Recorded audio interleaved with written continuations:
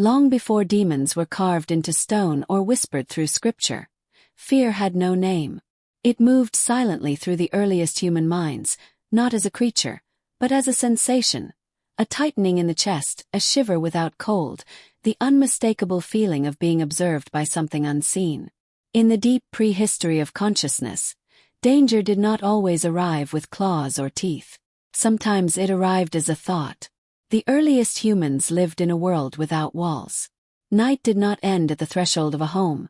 It entered freely, carrying with it sounds that could not be explained and shadows that refused to stay still. In this environment, awareness itself was a fragile miracle. To think was to survive. To notice patterns was to stay alive. But the same mind that learned to recognize safety also learned something far more unsettling, that fear could exist without a visible cause. This was the first unquiet thought. Anthropology tells us that early human cognition evolved not only to hunt and gather, but to anticipate threat. The mind became a tool for imagining what was not yet present, a rustle in the grass that might be a predator, a silence that felt wrong. This ability saved lives. But it also opened a door. Once the brain learned to imagine danger, it could not always distinguish between what was real and what was possible. In that gap, fear began to linger. Sleep offered no refuge. Dreams brought visions that felt more vivid than waking life. Images of falling, of pursuit, of being pinned beneath an unseen weight. To early humans, dreams were not stories created by the brain. They were experiences. They felt like journeys, encounters, violations. Something happened while the body lay still, and no one could explain why. The mind had become a place where things occurred without permission. Archaeological evidence suggests that even the earliest ritual behaviors, burial practices, protective charms, ochre markings, were attempts to impose order on unseen forces. These were not acts of superstition alone. They were responses to an internal discovery, that terror could arise from within, without external cause, and that it demanded meaning. When fear had no explanation, it became dangerous. Cognitive scientists today describe this as hypervigilance, the brain's tendency to search relentlessly for threat. But to ancient people, this constant awareness felt external, imposed, invasive. A sudden surge of dread did not feel like a misfiring neuron. Felt like intrusion. Something had entered the mind. And so, thought itself became suspect. In early animistic cultures, the world was alive with intention. Trees listened. Rivers remembered. Stones watched. If the external world possessed awareness, why would the inner world be empty?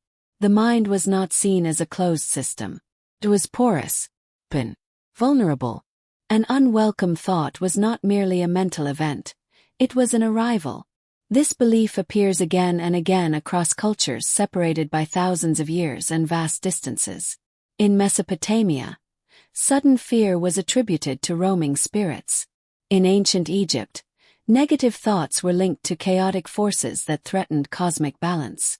Among early Indo-European traditions, inner disturbance was often interpreted as a sign of spiritual imbalance, a crack through which harm could pass. The language differed, but the experience was the same. There was a moment, brief, terrifying, when humans realized they could not fully control their own minds. Psychology would later name intrusive thoughts, anxiety spirals, dissociation. But long before terminology existed, people recognized the pattern. Thoughts could appear uninvited. Images could replay without consent. Fear could persist even in safety. The mind, once trusted as a guardian, revealed itself as something unpredictable. And unpredictability was terrifying. This realization marked a turning point in human self-understanding. The enemy was no longer only outside the campfire's glow. It could sit quietly behind the eyes, watching, waiting. The earliest demons were not beasts. They were explanations. They were stories built to answer a question too frightening to leave unanswered. Why does my own mind betray me? Myth did not create fear. Fear created myth. By externalizing unwanted thoughts, early societies found relief. If terror came from elsewhere, it could be negotiated with, appeased, banished.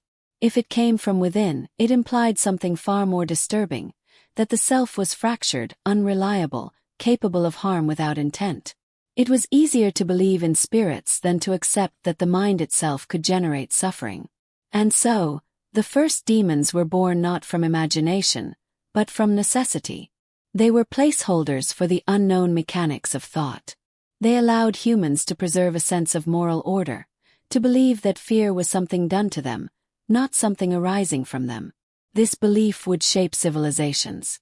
Over time, these unnamed sensations acquired form. They gained attributes, personalities, motives.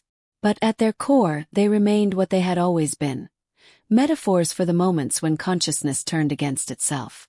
Even today, the language remains unchanged.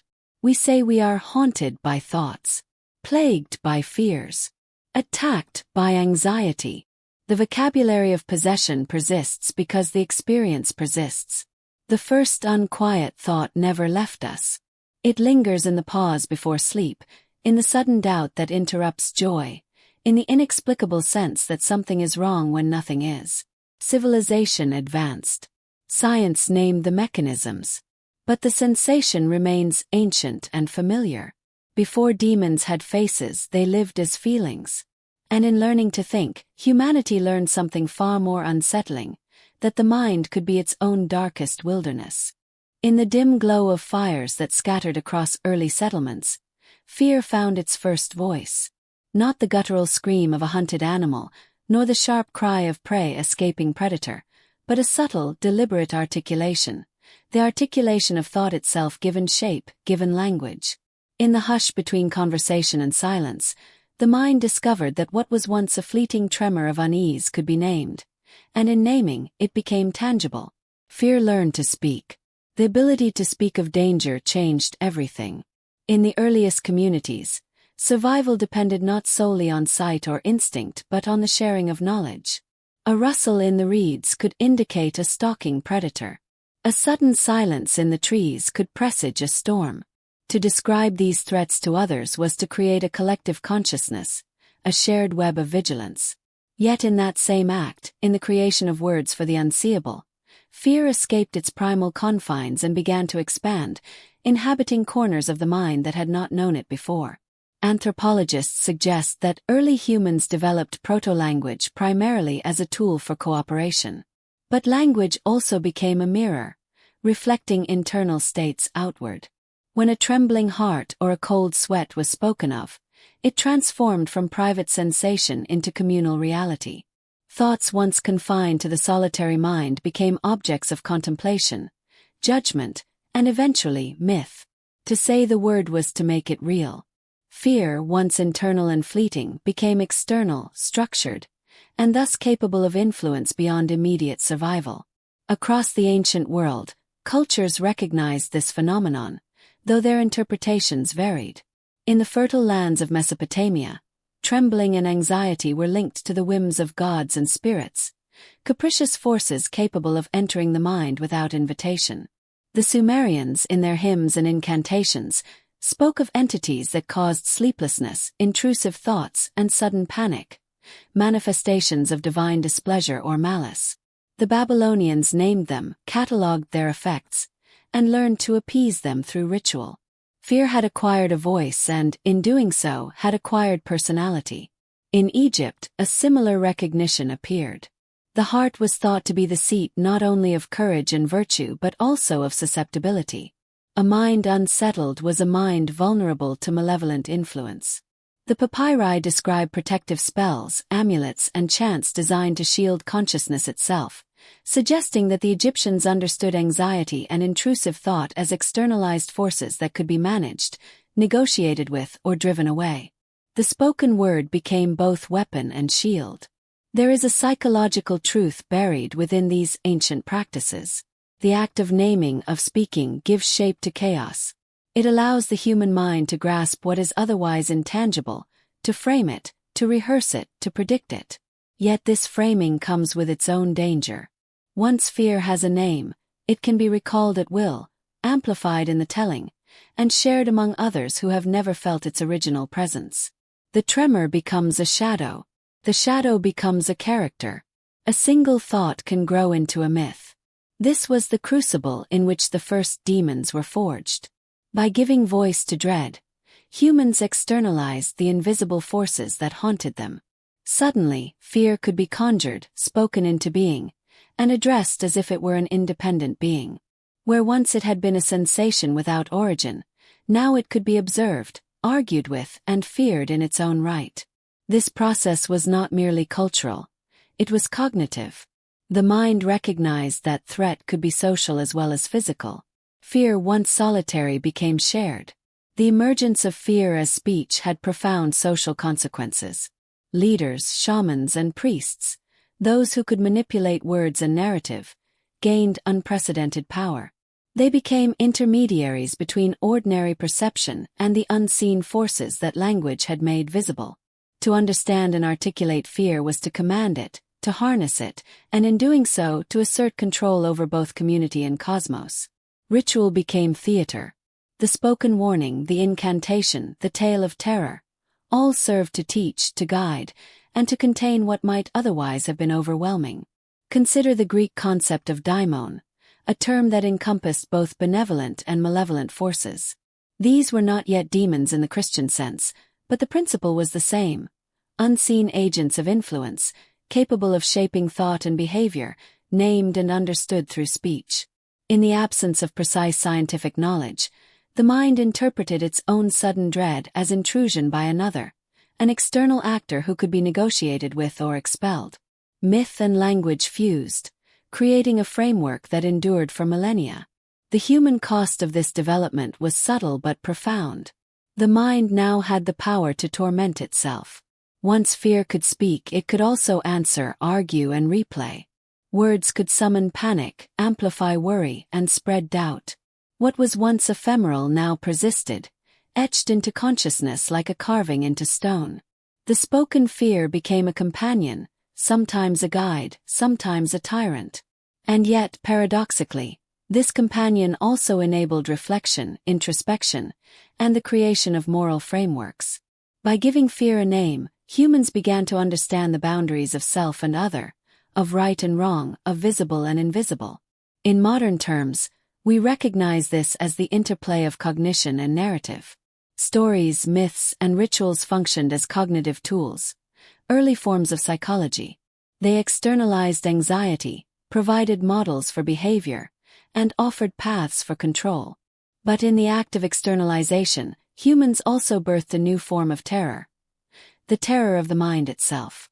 Once fear had a voice, it could echo, returning even when the external danger had vanished. And so, as the first words of warning, of panic, of dread passed from mouth to mouth around firelight, the human mind discovered both liberation and imprisonment. To speak of fear was to recognize it, but to recognize it was to allow it to grow. And the more it grew, the more real it became. A thought was no longer a thought. It was an actor, a participant in the world. It had form, intention, and consequence. Even today, we hear echoes of this ancient revelation. We speak of anxiety as if it were an adversary. We write about fear as though it were a character in our lives. Our metaphors are ancient, haunted, possessed, under siege. Fear learned to speak, and in doing so, humanity learned that the mind could be both witness and theater, audience and actor, reality and myth. The voice of fear was not a single scream, but a chorus. It whispered in dreams, stirred in silence, and lingered in memory. It demanded recognition and respect, for it had always been essential to survival. Yet it also demanded myth, for survival alone could not contain it. To speak of it was to master it, and, inevitably, to make it real. In the flickering firelight of prehistory, fear found its first voice. And that voice has never been silent. Even in the quietest moments, fear moved unseen. It had learned to speak, to echo through thought, and now it began to dwell behind the eyes, in the very shadows of perception. Early humans noticed it first in themselves. The sudden tightness in the chest, the flicker of panic with no cause, the feeling of being watched when no one was near. The external world had long been dangerous, but a more profound terror emerged from within. The mind, it seemed, could betray its owner. Archaeological evidence hints at this awareness. In Paleolithic caves, depictions of animals are abundant, but human forms are rare and often distorted, elongated, obscured, or doubled. Anthropologists suggest that these figures may represent more than physical beings. They could be early visualizations of internal conflict, shadows of thought projected onto stone. The mind began to externalize itself, giving form to the invisible, acknowledging that fear did not only arrive from without. Shadows behind the eyes were more than metaphor. They were the earliest recognition of mental disturbance, hallucinations, intrusive thoughts, and the unbidden surge of emotion. In ancient societies, these phenomena were understood as invasion. The Greeks would later describe the psyche as the site of conflict between rationality and passions. The Egyptians conceived of Ka and Ba, aspects of the self capable of wandering, being influenced or corrupted. Thought, once a private refuge, could become a theater for entities beyond comprehension. The human response was ritual and symbolism. Small figurines, amulets, and charms were placed near the head during sleep. The earliest burial sites contained protective measures meant to secure the mind as well as the body. These practices reveal a remarkable insight. The ancients understood that danger could reside not only in the world outside, but in the world inside, a place where visibility was impossible, but consequence was absolute. The mind's betrayal shaped social and moral systems. If fear could reside in thought, then vigilance became paramount. The individual's responsibility extended inward, and the concept of personal purity emerged. A corrupted or uncontrolled mind could threaten the community, and the internal shadow was treated with the same care, or fear, as external enemies. Psychological insight, long before psychology existed, had already taken root in myth and ritual. The first demons then began to gather behind the eyes, waiting, observing, and learning. They were not yet shaped by culture or imagination but existed as the fundamental recognition of human vulnerability. Awareness had a cost. Consciousness could protect, but it could also wound, producing sensations that demanded interpretation. By giving voice to these shadows, society began to negotiate with them. Shamans, priests, and wise individuals developed ceremonies to cleanse or guide thought, acknowledging that some forces could not be vanquished by logic alone. The shadows behind the eyes were both real and symbolic, warnings of danger, mirrors of internal strife, and the source of myth yet to come. Even in modern life, when anxiety tightens the chest, when intrusive thoughts persist beyond reason, we encounter these ancient shadows.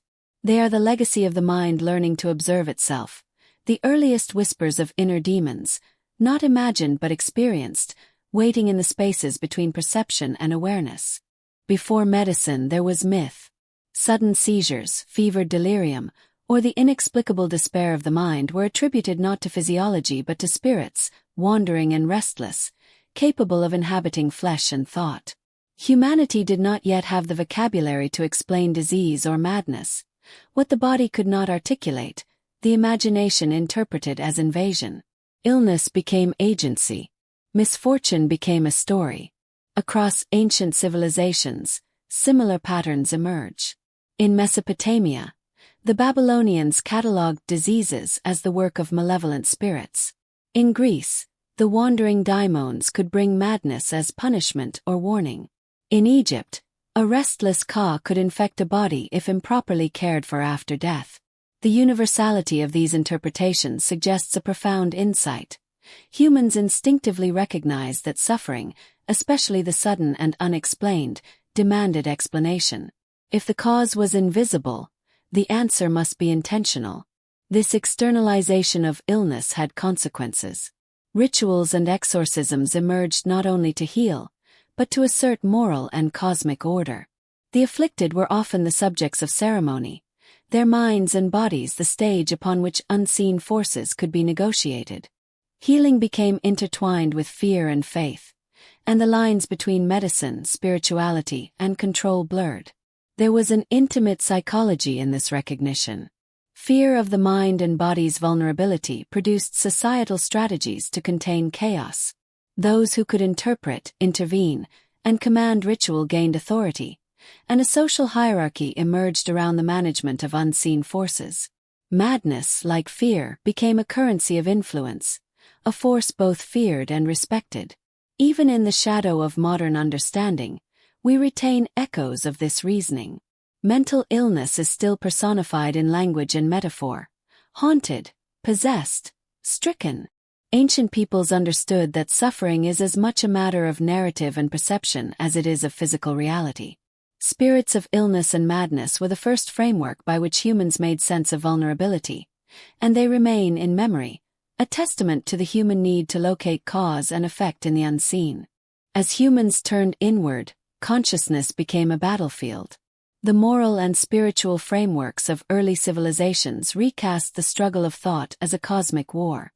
Every desire, doubt, and fear was interpreted as a participant in a grander conflict. Virtue versus corruption, light versus shadow, order versus chaos. Religious texts, from the earliest mythologies to later scriptures, echo this internalization of struggle. The mind became a theater of sacred contest, a space where humans were expected to maintain balance under divine observation. Failure could result in calamity, success in protection and blessing. Ritual, meditation, and discipline were weapons in this internal war. Psychologically, this internalization shaped self-perception. To err was not simply to act wrongly but to risk spiritual contamination. The unquiet thought was now moralized. The first demons were not only externalized fear, they were the internal adversaries of the human soul. Even today we inherit this framing. The feeling of wrestling with temptation, doubt, or destructive thought is described in the language of battle. The sacred war within endures as both metaphor and lived experience, echoing the earliest recognition that the mind is a space of contest, not merely observation. Civilizations have always needed balance. Across the ancient world, the rise of cities, temples, and codified law demanded not only order but explanation for disorder. Where there is light, there must be shadow. Where there is creation, destruction lurks. Where there is divinity, malevolence emerges. In this necessary opposition, humans created the first cosmic adversaries, the entities that would come to be known as demons. In Mesopotamia, gods like Marduk and Enlil were sovereigns of the known world, commanding the winds, the rivers, the very sky. But for every deity who enforced order, there existed a spirit who threatened it. Tiamat, the chaotic sea, embodied the universe's raw potential for destruction. Lamu and Lahamu, offspring of primordial forces, were agents of imbalance. The human mind, seeking to explain both triumph and catastrophe, projected its fears into myth. Destruction could not be random. Misfortune required intention. And so the enemy was born. Anthropologically, this creation of enemies served both psychological and social functions. In order to cultivate cohesion, humans needed external threats to unify against. Catastrophe, disease, and social upheaval could be interpreted as the work of divine or infernal actors rather than random misfortune. By framing chaos as an adversary, societies could structure ritual, law, and morality to maintain the perception of order. The enemy became not only cosmic but deeply personal, a figure in the shadows of thought, guiding caution, vigilance, and moral reflection. Across cultures, the pattern repeats. The Egyptians saw Seth, the god of storms and disorder, as necessary for cosmic equilibrium. Without his challenge, Ra could not fulfill his journey across the sky. Among the Indo-Europeans, dualistic systems depicted forces of good pitted eternally against malevolent spirits.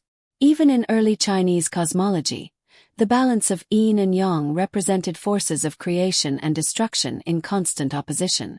In every case, the mind had discovered a principle both comforting and terrifying. The universe is orderly only because chaos has been personified and managed through story. The psychological insight is profound. By naming and embodying opposition, humans externalized internal anxiety. The adversary became a mirror of the mind's insecurities, capable of teaching caution, vigilance, and moral rectitude. Gods could reward, demons could punish, and the human imagination mediated between them. This conceptualization allowed early civilizations to navigate uncertainty without being paralyzed by it. Fear, once intangible, had acquired form, agency, and narrative. In the shadows of ritual, myths, and codices, these adversaries began to speak to the human experience. They warned, tempted, and haunted, shaping the ethical and psychological landscape. People were taught to recognize danger not only in the external world but within themselves, in their desires, doubts, and impulses.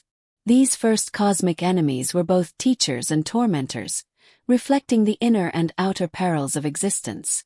By situating chaos as external, civilizations gave themselves control, or at least the illusion of it. Humans could appease, outwit, or vanquish forces beyond comprehension, and in doing so, preserve both order and hope.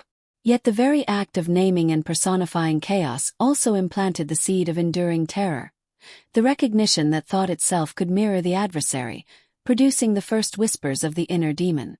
In essence, these mythic enemies served as scaffolding for both civilization and consciousness. They were the shadows against which the first human minds tested courage, morality, and imagination.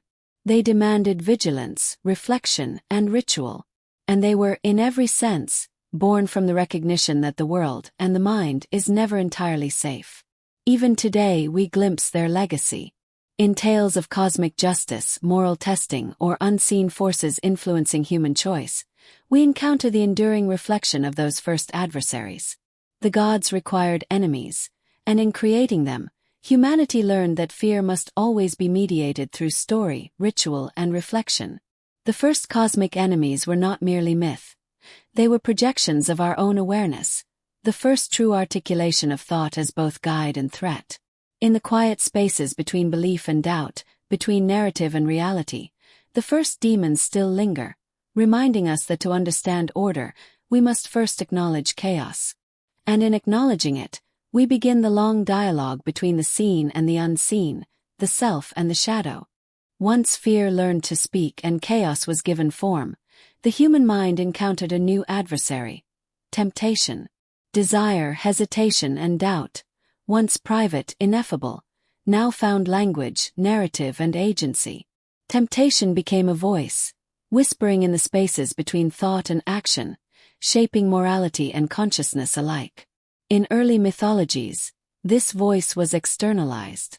The Mesopotamian Lilitu, later known as Lilith, haunted thresholds and seduced men in dreams, embodying both allure and threat. In Judaic and Christian traditions, Satan became the tempter, the externalized explanation for internal moral struggle. Greek myths offered sirens and demon spirits who lured mortals into danger. These figures did not merely frighten, they instructed, defined, and reflected the human psyche, giving morality and desire tangible form. Anthropologically, personifying temptation provided societies with practical and psychological tools. By attributing intrusive or morally ambiguous thoughts to external entities, humans could negotiate behavior, teach caution, and mediate internal conflict. The tempter was both warning and educator, a psychological scaffolding for self-restraint. Intrusive thoughts could be confronted not as failure of will but as the influence of a recognizable actor in the human drama. Temptation's voice also amplified the interplay between cognition and culture. By giving desire form, communities reinforced moral codes, social norms, and ritual practices. Intrusive thought became a story, and stories became guides. The human mind, previously isolated in its fears, now encountered reflection, projection, and narrative as tools for survival. Temptation was no longer abstract. It became a dialogue, a conversation between self and shadow. In many ancient texts, temptation is inseparable from consequence. The mind's internal struggle mirrors external conflict. To yield is to risk misfortune, to resist is to demonstrate virtue. In Greek epics, Mesopotamian hymns, and biblical tales alike, temptation is a theater of learning, reflection, and judgment. Its persistence in myth, philosophy, and religion suggests a universal recognition.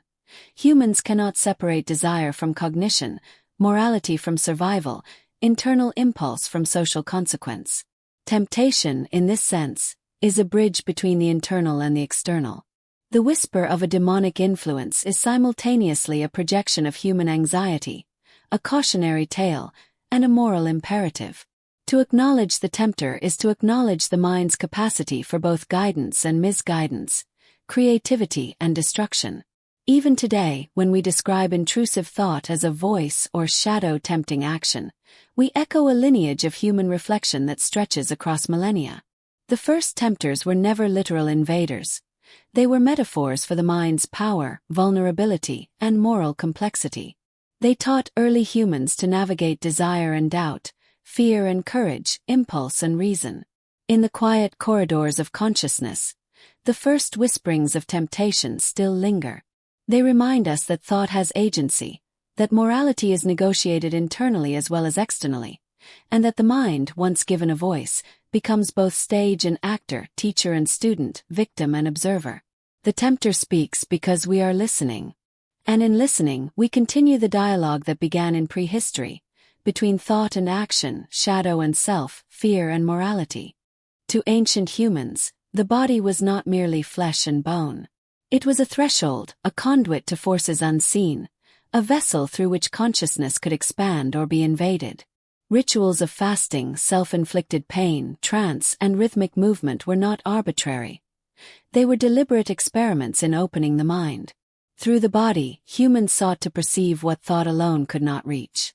Anthropological studies of shamanic cultures from Siberia to the Americas reveal consistent patterns. Shamans would induce altered states through drumming, isolation, or hallucinogenic plants, entering liminal spaces where the boundaries between self and spirit dissolved. In these states, inner fear, external threat, and the unseen forces of the cosmos converged.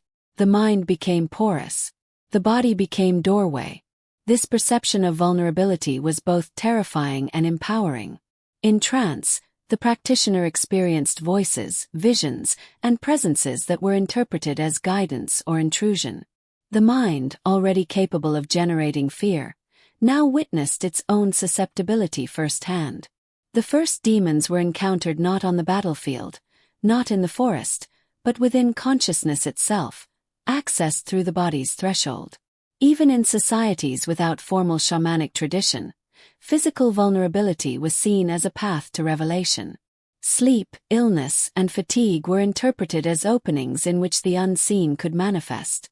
Dreams were no longer private mental wanderings but spaces of negotiation with forces that could influence thought, morality, and destiny. The body, willingly or not, had become the medium through which demons could speak and humans could listen. The consequences were profound. Ritualized physical discipline became a method of mental training, moral education, and communal control. By controlling the body, societies attempted to regulate the mind and, by extension, the invisible forces that influenced it. The body was a doorway, the mind a theater, and the demons both audience and performer. In modern reflection, these practices reveal a remarkable insight.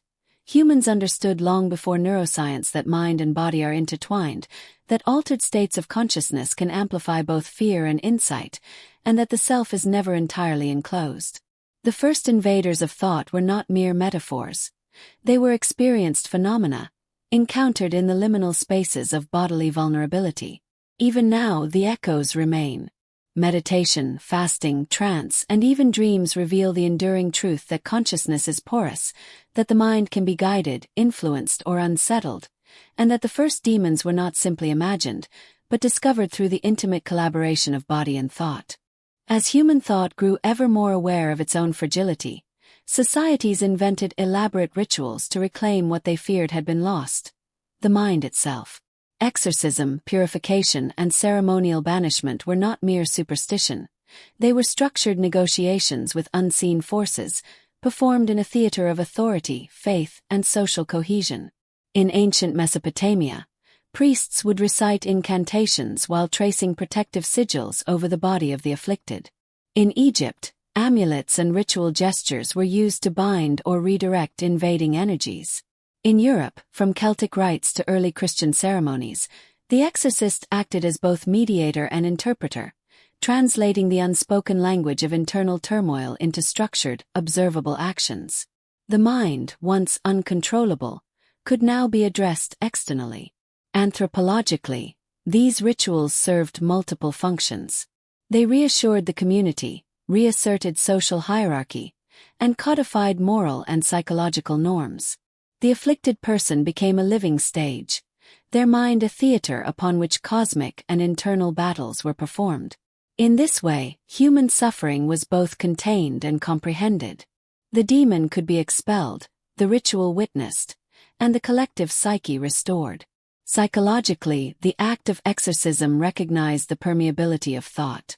Intrusive ideas, sudden panic, or compulsions were externalized, transformed from private terror into observable phenomena. The individual could participate in their own recovery, gaining structure and narrative, while the community reaffirmed its control over disorder. Ritual, performance, and narrative intertwined, turning fear into a story that could be mediated and mastered. Exorcism also allowed humanity to confront uncertainty symbolically. Forces that were otherwise invisible, the shifting tides of emotion, the randomness of misfortune, the weight of guilt, were given form, agency, and procedure. To banish the demon was not simply to restore calm. It was to assert the mind's capacity for governance, to demonstrate that even the most ephemeral intrusions could be negotiated, managed, and survived. Across cultures, exorcism became both a spiritual and moral technology. The voices of spirits, the shadows of thought, and the invasive pressures of conscience could all be addressed through ritualized action.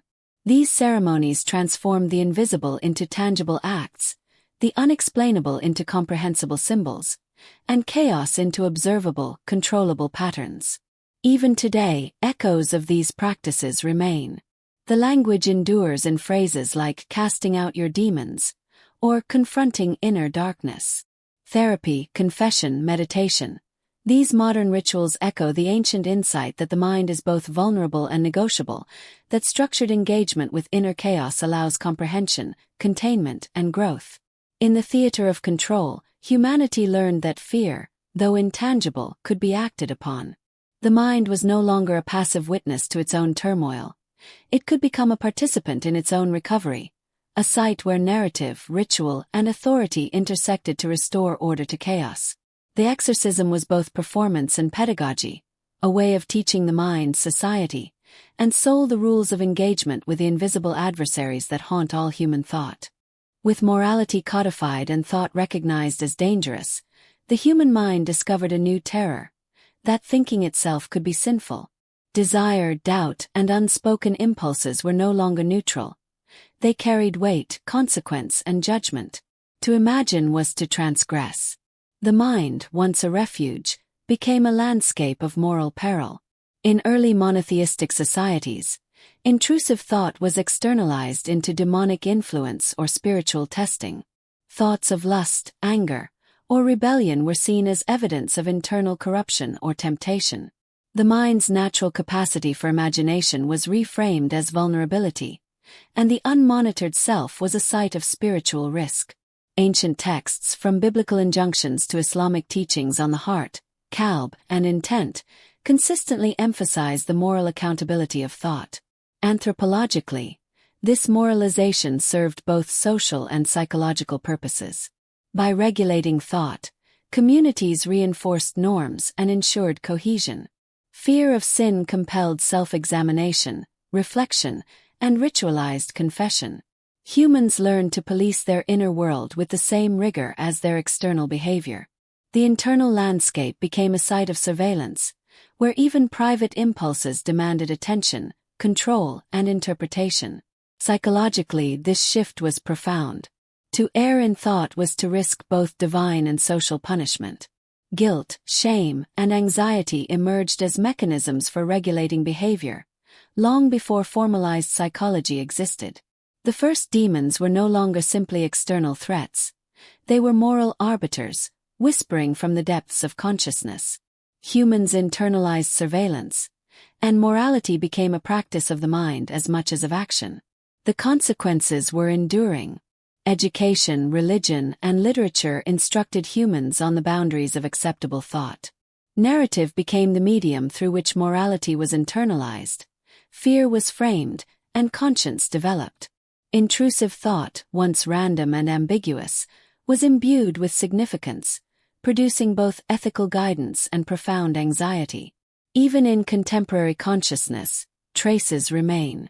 Cognitive dissonance, obsessive reflection, and moral guilt echo the ancient insight that the mind itself is a moral landscape, where the unseen adversary is not always external but often emerges from desire, doubt, or imagination. Sin was written first in thought, then codified in law, ritual, and culture. The human psyche, once celebrated for its imagination and foresight, became a site of vigilance. Every unbidden thought could be construed as transgression. The first demons were not merely mischievous. They were arbiters, educators, and judges. To be human was to dwell in constant awareness of the inner tribunal, and to navigate the delicate tension between impulse and conscience, desire and morality, thought and responsibility. Doubt, the quiet questioning of knowledge, belief, or authority, became the next target of human projection. Where thought could be sinful, uncertainty was dangerous. In societies striving for cohesion, faith, and obedience, doubt was reframed as infiltration, a signal of moral or spiritual vulnerability. Skepticism itself was demonized. Across cultures, this process is evident. The inquisitions of medieval Europe, the censorship of heretical ideas, the punishment of dissent in pre-modern empires, all reflect the persistent fear that internal questioning could destabilize individuals and communities. To doubt was to open the mind to unseen adversaries, to invite moral and spiritual attack. Early humans externalized this process, transforming abstract uncertainty into agents of moral peril. Anthropologically, demonizing doubt served a dual purpose. It enforced social conformity while also providing psychological structure. If skepticism could be framed as a spiritual threat, the anxious mind could be guided through ritual, confession, or instruction. Intrusive questioning, which might otherwise feel chaotic or isolating, was contained within narrative and ritualized frameworks. The demons of doubt were teachers in disguise, guiding attention and caution. Psychologically, the consequences were profound. Doubt became associated with fear, guilt, and anticipation of punishment. Intrusive questions about morality, survival, or faith were interpreted not as natural cognitive processes, but as evidence of internal assault. The mind itself became a battlefield, where faith and reason, obedience and curiosity, were in perpetual tension. Even today, the demonization of doubt endures subtly. Societal, religious, and cultural norms continue to frame questioning as risky or dangerous, shaping cognition and behavior. Humans are conditioned to fear not only action but reflection, not only transgression but inquiry. Skepticism carries a residual weight, a subtle echo of the first cultures that projected threat into the mind. Doubt, once a tool for understanding, became a perilous space, inhabited by invisible adversaries. The first demons of questioning were neither fictional nor imagined. They were the human recognition that consciousness itself can undermine certainty, and that the courage to question is inseparable from the courage to endure fear. With the advent of scientific inquiry, demons lost horns, wings, and fire, but not power. Anxiety, obsessive thought, and intrusive impulses were given names. Neurosis, psychosis, depression. The invisible forces that haunted human consciousness were mapped, analyzed, and treated, yet the experience remained profoundly real. Modern psychology reframes ancient fear in empirical terms. Where once spirits and tempters were blamed, neurons, chemical imbalances, and cognitive patterns were observed. Yet the human mind continues to respond as it always has, with dread, fascination, and awe at the unseen workings within. Science illuminated mechanisms, but the shadow of the unquiet mind endures. This shift did not erase mythology but transformed it. Stories of possession, temptation, and inner conflict are now recognized as allegories for cognitive experience. Demons became metaphors, but their influence is traceable in the enduring patterns of fear, moral anxiety, and self-doubt. Humanity's understanding evolved, but the theater of consciousness remained. The act of naming the darkness is itself a continuation of an ancient strategy, to render what is intangible into a form that can be approached, analyzed, and contained. The first unquiet thoughts have been dissected, catalogued, and theorized, yet they retain the ancient echo of terror, the recognition that the mind can turn against itself, producing the same sensations that ancient humans projected into demons, tempters, and unseen adversaries. Even now, when intrusive thought strikes, when anxiety tightens the chest, or when doubt whispers its subtle warning, humans inhabit the same cognitive landscape as their ancestors. Science has named the forces. Humanity has yet to tame them entirely. The shadows of thought endure because they were never merely external. They were born of consciousness itself. Even in the modern age, with reason, science, and philosophy, the first unquiet thoughts endure. Every hesitation, every intrusive idea, every shadow of doubt is a whisper from our prehistoric past, a reminder that the mind has always been its own adversary. Civilization may have redefined the terms, but the experience remains timeless. Consciousness is both gift and burden. It allows reflection, planning, and morality, yet it reveals vulnerability, fear, and unpredictability. The mind is a stage upon which unseen forces, real, imagined, and metaphorical, play out eternal dramas. Thoughts can instruct, deceive, terrify, and inspire, and humans continue to negotiate with these internal presences, just as they did in prehistory. The first demons were not monsters. They were experiences, recognized, narrated, and externalized. They emerged when thought became capable of harm, when fear was given voice, when morality, doubt, and desire were recognized as forces within consciousness. They were, and are, the mirrors of human awareness, the shadows cast by our own minds. Modern humans still inhabit the same theater. Therapy, meditation, reflection. These are the contemporary tools for navigating what our ancestors interpreted as invasion. Anxiety, moral conflict, and intrusive thought are still encounters with the self's shadow, still performances in which consciousness negotiates survival, order, and understanding. To be human is to dwell in this paradox, haunted by thought yet capable of insight, vulnerable to fear yet capable of reflection, subject to internal adversaries, yet able to structure, narrate, and understand them. The first unquiet thoughts never left. They linger in the pause before sleep, in the tremor of doubt, and in the quiet whisper of conscience. The mind that haunts itself is not cursed. It is alive, aware, and reflective, a testament to the ancient recognition that consciousness, once awakened, carries both terror and illumination. The shadows behind the eyes, the whispers of tempters, the moral weight of thought, the invaders of doubt, they endure not because the mind is flawed, but because it is conscious, capable, and eternal. Even today, when we speak of being haunted or possessed by thought, we continue the dialogue begun in prehistory, between fear and reflection, shadow and light, self and the invisible adversaries that dwell within. The first demons are still here, and they have never stopped teaching us what it means to be human.